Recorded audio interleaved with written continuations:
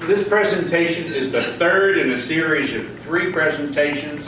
It's about the Colonel Richard Summers' 3rd Gloucester Battalion's part in the battle at Chestnut Neck in Port Republic, New Jersey today, which took place on October 6, 1778.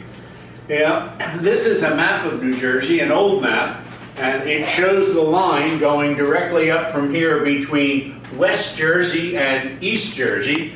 And the 2 areas that I want to familiarize you with are the Little Egg Harbor Inlet, that area, which is called the Mullica River today, specifically the narrow point in the river called Chestnut Neck, and then at the which this is at the northern end of Atlantic County, and then I also want to point out that at the southern end of Atlantic County is another river called the Great Egg Harbor River that flows by Summers Point. But in the time of the American Revolution, they were known as the Great Egg Harbor River and the Little Egg Harbor River.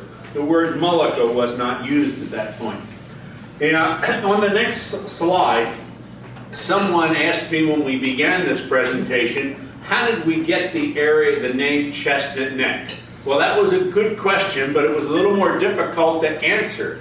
In 1678, a man named William Clark settled on the Mullica River, the Little Egg Harbor River, right across from Lower Bank, and began a development called Clarktown. By the way, Clarktown had as many as 400 people in it at one time, maybe more. They were doing legal shipping out of there to New York City, and they began already in the 1680s to do privateer smuggling immediately. Molasses, sugar, rum, lumber, and food. Notice I've underlined molasses, sugar, and rum. Yeah. These Presbyterians and these Quakers were partying Presbyterians and quivering Quakers. For those of you who offend easily, I put a little smiley face there so you know I'm only playing. Now in 1690, other families settled the county. The Summers did, and other families came in at that time, and the industries were farming, cedar, lumbering. Privateering was big right from the beginning, and privateering at that point meant smuggling, and of course fishing was good. Now, as we go further, I have given this map. You're going to find this on the next 4 slides, and the arrows will not change. I just want to point out places for you so I can orient you. We're still on the question of how did we get the name Chestnut Neck. Here we have Lower Bank up here where the Clarks settled. That, by the way, is a bridge today going across the river. Clarktown was right down from that, probably right outside of Hog Island, John, where you and I went out in the marshes to see those graves. Now, somebody from the Clark family, which I'm going to tell you later, moved down a little closer to Port Republic and started a place called Clark's Mills, and it was also known as Brotherton sometime. I could not find out what the Brotherton name meant, but it was at some time in the 1700s known as that. It was also down here at Port Republic, began by being known as Hewitttown, then it became known as Wrangleboro, and it only became known as Port Republic in almost the middle 1800s. Over here we have Chestnut Neck, and Chestnut Neck is the neck where the river is the narrowest, and on both sides at this time they were loaded with chestnut trees, hence the name Chestnut Neck. But there was one other place of interest that I want to show you, and that's Gravelly Landing, which Don Higby and I were trying to think out where it would be. It's on a hill right next to the Nakoti Creek, that's all I can tell you, and it also became known as Brimstone Hill right after the Battle of Chestnut Neck, and you'll see why. So let me continue with my history now with this map in front of you. In 1710, the Swedes came in and they settled Hewitttown, and this name gave way, and the larger area became known as Wrangleboro. And all the books on New Jersey say the same thing, that basically Wrangleboro was because they were wrangly people, they were feisty people around their taverns there, and probably that came because the main smuggled commodity was rum. I didn't ask for a beverage. Could I get a cup of coffee? In 1731, Shore Road is built, and it goes all the way up to Nakoti Creek. But Jim Mason, our county traffic engineer, has verified that there was no ferry across this Nicodie Creek until after 1810. So we need to know that. Yeah, if I can have the next slide up. Yeah, the Molasses Act came in 1733, and instead of preventing smuggling like the British had hoped, you know what it did. If you know history, it actually increased smuggling at places like Tom's River, Little Egg Harbor, Cape May, and Cohansey. And then in 1762, now here's where we get Clark's Mills. People from Clark's town moved to Clark's Mills, settling at present Port Republic. And Chestnut Neck was very, very lightly populated. It had one function and one function only early, and that was to be a port, a storage point for the bigger ships to come in, reload, and get stuff up to the forks. And that's all it was used for at that particular point. If I can have the next slide. 1764, the British, according to their pattern, whatever didn't work, they tried to do more of that. And so they enacted the Sugar Act. It backfired again, and smuggling went up. And the more smuggling went up, the more rum went up the Little Egg Harbor River. The north side of the creek, at this point at Port Republic, becomes known as Wrangleboro Mills and Blackman Mills, and on the south side is just known as Wrangleboro and Gravelly Landing. That gives you an idea. And I believe this next slide is the last about Port Republic. Finally, in 1774, Galloway Township is formed, and Wrangleboro, Chestnut Neck are simply parts of Galloway Township. When we finally get to the battle in 1778, most of the buildings at Chestnut Neck were burned. Only 3 were rebuilt for privateering activity. The story that it was completely rebuilt simply is not true. Other folks, all the rest of the people that lived there, moved up the Nicodie Creek to Gravelly Landing, faced a tough, cold winter where a lot of them almost died, and they nicknamed Gravelly Landing Brimstone Hill because they saw that as kind of like being in hell for that winter. 1779, most of the Chestnut Neck area folks now moved to Wrangleboro, what we know as Port Republic today, on both sides of the creek. That's why today you see houses on both sides of the creek. And Chestnut Neck simply takes the name of the chestnut trees that surrounded it, were the sign to the people of where the unloading part of the river was. And that is the rest of the story about Chestnut Neck. And we will now go on to the story of what happens afterwards. In the 1820s, Clark's Mills is destroyed by a windstorm, kind of like what we almost got a week or so ago, and it just knocked it down. All those families moved to Wrangleboro. Finally, in 1840, they decided they were tired of all these little communities. They decided to call it Unionville, and they sent the name into the post office, and the post office said, no way, we have too many Unionvilles already. They had a township meeting, an area meeting, and they decided on Port Republic because of the battle there, and that was approved by the post office. In 1905, Port Republic became a city, and it is now a separate city, separate from Galloway Township. And that's the rest of the story. If you give me the next slide. Now let's talk about the battle that occurred at Chestnut Neck, now that you know where Chestnut Neck is. This, by the way, is 1/4 of the painting that is on the wall of the restaurant in Smithville that we are attempting and to eventually have removed. This is the part where the ships are firing. Incidentally, as we looked at this painting against the records, the painting is, there's a little artistic flair in it. They certainly didn't get these size ships up through Great Bay, okay? But it looks good, okay? And of course there were no Indians running around at the time. New Jersey had long since blocked them off and they were away. If I can have the next slide, please. Here is the river, the way you see it today. This is the river coming around. Back up where my hand is would be the actual mouth of the river in Great Bay. Here is where Nicodie Creek comes in. The parkway would be going across here today, right in from here over to here.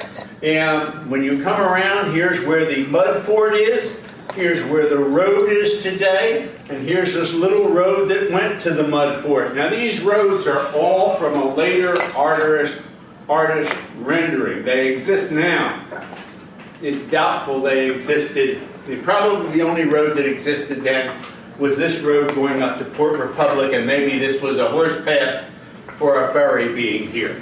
But this neck is what's called Chestnut Neck, and if you've ever seen the larger print of this, it tells you who all these houses belong to at that particular time. Now I do want you to focus on one thing before we get into the battle. You see where this little mud fort is? By the way, right here along this road is where the monument is. That Marilyn Goss is Hello? It probably is Maryland. We're in the middle of the presentation here. Yeah. I texted Marilyn to let her know that Fran had to go to urgent Call her at home. so that's why she called here. Should never give her a phone number and tell her one of her girlfriends is not feeling well. She can't be beside herself. Anyway, you see this fort that's right here? One of the things we learned from the pension applications and from the British records themselves is there was a second gun emplacement which Jim Mason has been able to tell us was probably right over here, in this area here. We can't tell because it's all been cut apart for roads now today, but there was a second gun emplacement where there were supposed to be guns, enough that the British thought there were cannon there when they came in. And if we could go to the next one. I could not find a picture of a mud fort, girl. I want to tell you that. The closest I could get is this kind of thing, which was built on a beach. But the idea was it was a wall of mud with sticks in it. How many of you remember the battle, the siege of Boston, where finally the British sail out of the harbor? If you remember the reason for them sailing out and then wanting to get out of Dodge, was that all the cannon from Ticonderoga were brought down to Boston, and the Patriots were able to get them on top of Dorchester Hill and to look down. And what they did is they built mud embankments. Now with sticks in them, and the idea was that when they used sticks that were not dead and dry and were still springy, that these mud walls could handle a lot of bombarding. If you've ever gone to Fort Mifflin outside the Philadelphia airport, that fort was bombarded for several weeks before it finally was just turned into a pile of dirt. But it took a tremendous bombardment. The cannon that were assigned here never reached them. They did not have them. And I said right here that on December 1673, to bring people up to date, was the Tea Party. And here's the point I say that for. On August 19, 1775, you have the Battle of Lexington and Concord. Now, we think of that today as, boy, a few months after that, everything started. Let me tell you something. By the time the Battle of Lexington and Concord happened, as the minute the news got down here, what was called the Egg Harbor Guard was formed by Richard Somers immediately. And they were already guarding the forks and the beaches already by the summer of 1775. So we were in action in this area long before there was a war. John, if I can have the next slide. In 1775, of course, the Second Continental Congress meets. Washington is made commander. Britain declares war, and we have the battles at Breed's and Bunker's Hill, the bigger one being at Breed's Hill. In October 75, while this is going on, the 3rd Battalion is already at work, and they have captured their first prize, called the Rebecca and Francis, right on the Brigantine Breach. We're told of that by Privates David Summers and Albert Albertson. They were part of the company that was on duty that caught this ship when it got grounded and took all the cannon, all the supplies. And they even, in both of their pensions, have a matching list of what they took off the ship. And it's fascinating to read that. Yeah, this is the kind of size ship our privateers were. They weren't big men. We didn't build those. we had these types of schooners. If I can have the next one, John. Now, the Norm, was that a warship or a commercial ship?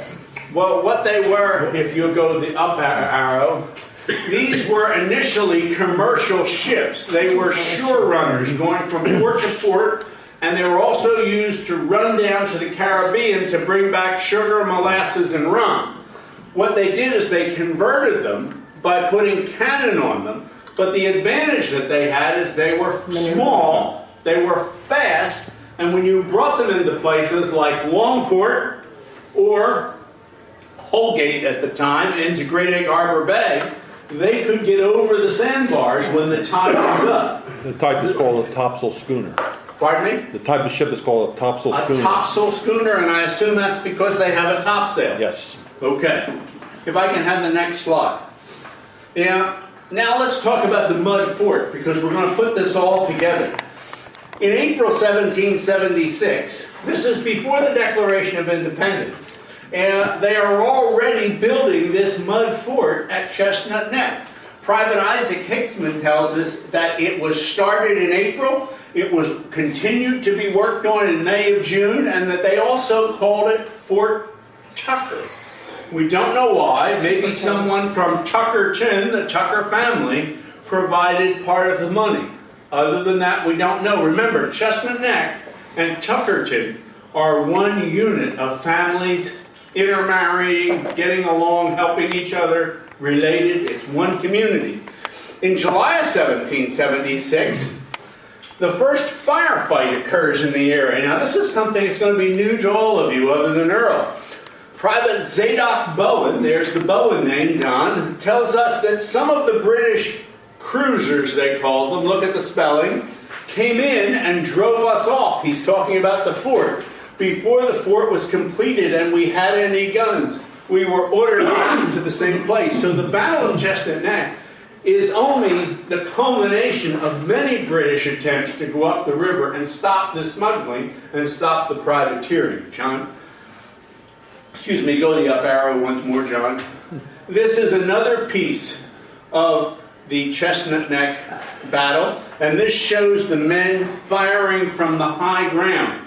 Now, there's nothing in the pension applications to say they did that, but in the British records, it talks about a second gun emplacement on high ground. So this is probably where this came from. This is another quarter of that picture in the restaurant in Smithville, and the only thing we've done here is we've lightened them up in Photoshop a little bit. John, if I can have the next one. Now again, going back to privateering, I found this picture of a larger ship. I don't know that these are scale, but it seems to be, as I read these pension applications and I read about privateering, what you're talking about is smaller ships that are fast going out and capturing bigger ships. You say, how did they do that? Because the bigger ships are not men of war. They're supply transport ships. So maybe they had a 3-pounder cannon on the front and the back, and that was about it. And they would come up with them, and maybe they'd be 8 guns or 6 guns on each side, and a couple more cannon, and a bunch of guys hanging in the rigging, looking like pirates, I guess, with knives and the thing. And they basically would chase them down. And when you're out there alone with sails, and you got an armed ship coming up, and you have no soldiers, you have no choice but to surrender, do you? And that's how we got our thing. So, do you know who those 2 ships are? No. No, but I don't. That's the Coast Guard brig Eagle, Okay. formerly the Horse Basel, Okay. and the forefront is the Black Pearl, commanded by Captain Horatio Sinbad out of the Beaufort, North Carolina. How about that? Very Who's the good. guy on the left? Hanging over for it. This guy here? His name's Joe. Probably Mr. Brown. Yeah. In August, same year. Now listen, in August, as they're building the fort, fort men are ordered to run up to Absecon, run up Shore Road, and they captured 16 Tories that had come in to burn buildings. We're up where you live there, John, and steal cattle. Private Isaac Hickman tells us that. In the next month, September, the 3rd Battalion captures 3 more cargo ships, Private Levi Price tells us. Now, here's the issue. Remember this, what's going to cause the Battle of Chestnut Neck is right there. snatching, going offshore, snatching ships, bringing them up here, unloading them, shipping up to the forts, or bringing them into Summers Point. By the way, they brought them in there, and they's landing, selling the stuff off, and this goes to help the war effort. What And happened to the crew of these ships? the crew would go in to become prisoners, and they would be exchanged with the British for Americans that were captured. And by the way, the insurance rates between 1776 and the time of the Battle of Chestnut Neck in Britain for shipping had more than doubled because of the privateering. So the raid was really an economic idea that came from Great Britain itself. It didn't originate in Howe's brain. It was pushed on him by the Admiralty because they had people screaming over there, they're losing their shirt. If I can have the next slide. In 1777 of June, before Chestnut Neck again, more than a year, Sumner's men were marched to Leeds Point in order to attack 3 of the enemy ships that had come into Great Bay now and are laying in the bay. We succeeded in setting one of the ships on fire and she sank, John Ingersoll says. And he even goes on to say that in 1832 you can go out and see the hulk of that ship still there today. I went all around with a fish finder and can't find any hulk at all. So it's probably long been eaten by mud bugs. In March 1778, still 6 months before the battle, the Summers men were marched to Clamtown, that's Tuckerton. It was a place infested by Tories. And by the way, we do know now there was at least one family in Atlantic County that were loyalist Tories, and their land was sold, and they were the English family, half of the English family, from which we get English Creek today. Private James Steelman and David Summers tell us that, and you all know that a Steelman would always tell the truth. Now, by the way, I chose this picture carefully. Here are the Tories with their hat out collecting money for people. The Tories really were out to abuse the people that were not committed either way. And so that's partially what shifted a whole lot of Quakers over, in this area at least, to fight. John, we can go to the next one. So these Tories lived in that area, or did they come from Tom's River? No, they were from Tuckerton all the way up, all of what we call Ocean County today, and part of the southern part of Monmouth County, which literally we could have called it Toryville. Now, we had many times, that's not part of this presentation, they came in and burnt people's houses, killed people in Atlanta, what we call Atlantic County. But also in the Monmouth County records and in the Middlesex County records, we have a record of the Tories going up that way and doing the same thing. So they had their hands full with them too. So we're not talking about 10 or 20 or 30 people. We're probably talking about a few hundred. And in June of 1778, we had a long... This is the first American Why do they call these guys privates? It's the year. Zephaniah was a major, wasn't he? Captain. Okay, there were 2 Zephaniahs. There were 2 Zephaniah Steelmans. One was an officer, and the other was a private. They were probably uncle and nephew. And after a long chase, they chased some refugees. This is in Atlantic County, this happened. And they grabbed 20 or 30 prisoners and their captains, Turner and Howlings. These guys even knew the name of the captains they caught. Yeah, before the battle in 1778, the British had been to that place, Chestnut Neck, James Giberson says, 3 times and burned the vessels or took typographical them off.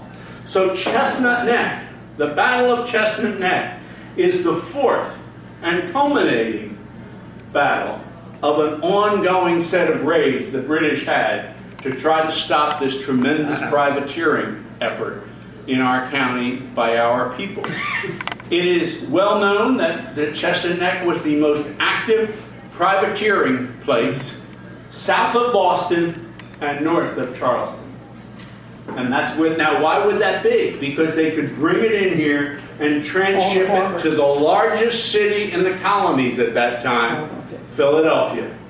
So it's really about dollars. Next, John.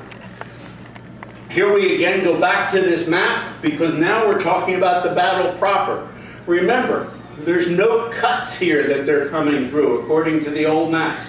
So they're having to come in at Holgate, a little, maybe a few miles north of the tip of Long Beach Island where the Coast Guard factory station would be today. They're having to come into Little Egg Harbor Bay, down into Great Egg Harbor Bay. We don't know whether they called them two names by then. It may have all been just called Little Egg Harbor Bay. And take this whole windy river in a sailing ship that every time they go round the turn, they've got a different wind and a different tide. The British were told by loyalists that there were men already at Chestnut Neck and that they had cannon. But the British didn't know there were no cannons there. The Loyalists didn't know. They just knew there were forts there. John, the next one. Why did Chestnut Neck happen? There were really a final 18 straws for General Clinton that brought about Chestnut Neck. Well, the first 10 of the 18 straws were 10 ships captured and sold at the house of Richard Westcott, Esquire, at the Forks in Egg Harbor on Tuesday, the 28th of July, 1778. What vessels were they? The Industry, the Dispatch, Molly's Adventure, Canister, Carolina Packet, Prince Frederick, Speedwell, Jenny, and Bachelor. Well, not too much later, 4 more ships, 4 more straws were captured and sold on Tuesday, September 8th, right at Chestnut Neck. The Rising Sun, the Governor Henry, the Nancy, and the William. And then finally on September 14th, Monday, in May's Landing, the cargo ships Venus and the schooners Fame, Hannah, and Defiance were the last 4 straws. And this one here was the big one. This was a big cargo ship. And at that point, the British were pulling their hair out. John, what happened? From England comes the order from Lord Germain himself, the Secretary of State for the Colonies. Embark a body of troops to attack the ports and destroy all ships. He's talking about all privateers and other property along shore, so as to incapacitate the rebels from continuing their depredations. So what does Hal do? Next slide, please. He says, I propose, this is in his records, taking forward a position with the army to favor an expedition to Egg Harbor. Now what does he mean by that? He means he's going to send Cornwallis into North Jersey to set up a ruse. So Washington will stay up there because he doesn't want Washington to be able to get his troops to go to Chestnut Neck and destroy the action. He said, at which place, Egg Harbor, remember that's Chestnut Neck, the enemy had a number of privateers and prizes and considerable salt works. Accordingly, I requested Lord Cornwallis to take a position in Jersey. So Cornwallis goes out and takes several thousand troops into North Jersey and sets up a bit of confusion. Now, how serious is he?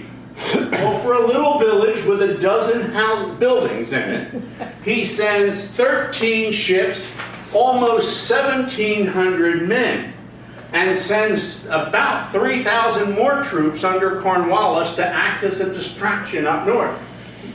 Chestnut Neck is not a ho-hum little deal to the British. It's big money, John. These privateers, these swamp men, are just tearing the British up. John? Now the battle itself, what happens? On October 5th, the British arrive in Little Egg Harbor Bay. Loyalists from Tuckerton, etc., warn the British that the 3rd Battalion's at the fort and that they have cannon emplacements.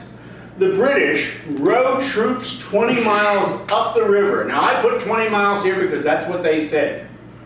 Maybe it's 20 miles. I can't figure how it is with all, even from Holgate. I mean, I don't think it can be. But that's what it says, so that's what we'll go by. Now they bring them up in smaller boats with the cannons. It's not the big ships that are coming in. It's the smaller stuff that can get over the sandbars. On October 6th at 4 p.m., the British are coming up to here. They turn here, they see the 2 forts, that's in the British records, and they attack with their cannon first. They start firing. Now here's a place where this map is going to be wrong. It's going to show they come here. However, the British records show that they went north of the fort and landed the men on the other side of the fort, where the Parkway Bridge is today. Now, on October at 4:30 p.m., the British have landed and they have taken the village. There is no fight, other than maybe some sniping fight. By 5 p.m., the militia has withdrawn, but they wounded one British soldier. That's in the British records of the battle. One guy was shot in the leg.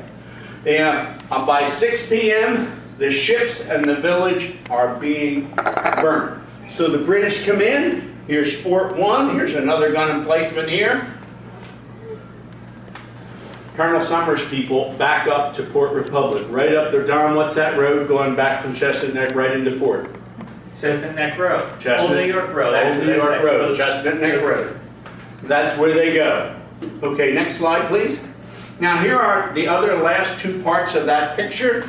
The British are coming ashore. This is a little artist license on here. They didn't come in on the docks. They came in north onto the marsh and swept into town. And here, of course, they're burning the village, and I guess that's as good as what a burnt village looks like. If we can have the next slide. So we come back to our map. What do? Well, the militia moves from Wrangleboro back up to port, which is not port yet, just some mills up there, and they move back down Old New York Road to the area that we call Leeds or Leeds Point. There's no great line between what was Leeds and what was Leeds Point. It was kind of Leeds, and Leeds Point was out where Ocean, where the restaurant is. At the time, the whole area, Smithville and Leeds Point, was all Leeds. That's correct. And it was later that they kind of... But in this, they specified that they went to the point, and there were 400 militia there. Now, the British, while they're back there the next day, they send troops up on the other side of the river into Ocean County, southern Ocean County, and they destroy 3 salt works, which are very important, and several Patriot homes. The British received the word that Proctor is coming with his cannon and his men from Haddonfield, and that Pulaski is coming from North Jersey, and they pull back into Egg Harbor Bay. Now, I'm not going to tell you the story of the Osborne Island issue, because that's not part of this. The militia reoccupy the neck and remain there till the British leave the whole bay 3 weeks later. But here's something I didn't know. This was in the British records. A few militia on patrol from Atlantic County were taken prisoner and sent to New York, and that explains why one guy is in a New York prison ship right after Chestnut Neck, which I never could figure out why.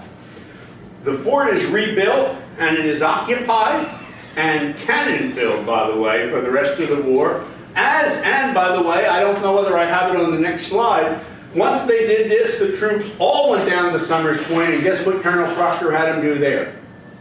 Build another mud fort, right where the 1812 War of 1812 fort sign is, and they cannoned that, and they were throwing balls over the beach in Ocean City for practice. So they had some decent-sized cannon in there at that particular point. John? And here are the people that we know were at Chestnut Neck. Of course, Colonel Summers, Colonel Robert Taylor, who's from the Haddonfield area. Here are the captains, Conover, Payne, Higby, Steelman. Here's your other Steelman at this point. He's still a captain at this point. William Price, Joseph Estelle, Samuel Snell. Here are 2 lieutenants, Jeremiah Lee, Simon Lucas. Here are the privates, and this is one of the privates that was captured as a POW and went to New York for 7 months to spend in the ship. Now, the battalion contained about 250 men, but while this is going on at Chestnut Neck, other companies were at the fort standing guard, they were guarding Summers Point, and very possibly had some people up at Haddonfield as well, because remember, by this point, we have the British all around. And everything here is from the State Archives. Next slide, John. This slide presentation, because we use the book by Franklin Kemp to such a great extent, we've chosen to give wherever we give it, in honor of Franklin. By the way, if you've never seen our letterhead, Franklin is the Secretary Emeritus of our chapter, and we even list the name of his book in case people want to buy it. Last slide, John. This presentation is a work in progress. If you asked me what this presentation was going to look like 6 months ago, it was about half as large. But in the research, we just kept finding more and more and more information.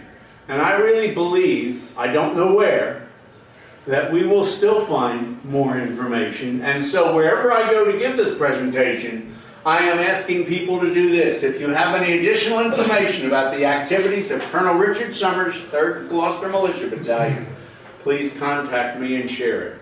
And so, the presentation is respectfully submitted.